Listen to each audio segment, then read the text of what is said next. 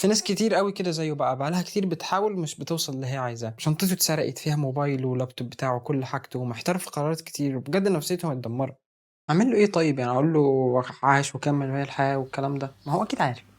ماشي ركان عاقل، بس في حاجات وتفكير بنبقى في الغالب عارفينه ومقتنعين بيه، بس ناسيينه، وفي وقت بنبقى محتاجين فعلًا حد ييجي يفكّرنا بالكلام ده. وجود بقى الشخص اللي يقول له الكلام ده أو قدرتك أنت إن أنت تقول له الكلام ده، يعني تروح كده مكانه وتشوف هو حاسس بإيه، وإيه الكلام اللي ممكن فعلًا يحسّن نفسيته، وترجع تاني لمكانك وتقول له الكلام ده. تعرف كده الحاجة اللي هو محتاج يسمعها عشان يقل توتره أو يحسم قرار مثلًا في حاجة هو محتار فيها. بجد بيكون ليك قيمة عظيمة أوي عند الشخص ده لو عرفت إيه الحاجة اللي هو محتاجها في الوقت ده وقدرت تقولها له. فحاول تعمل ده. ركان ذكي وكلنا أذكياء غالبًا، بس بنحتاج بس حد يفكّرنا بالكلام اللي إحنا already عارفينه، يفكّرنا بالحقيقة والكلام اللي فعلًا مفيد لمّا مشاعرنا تتملّكنا ونيأس أو نحتار.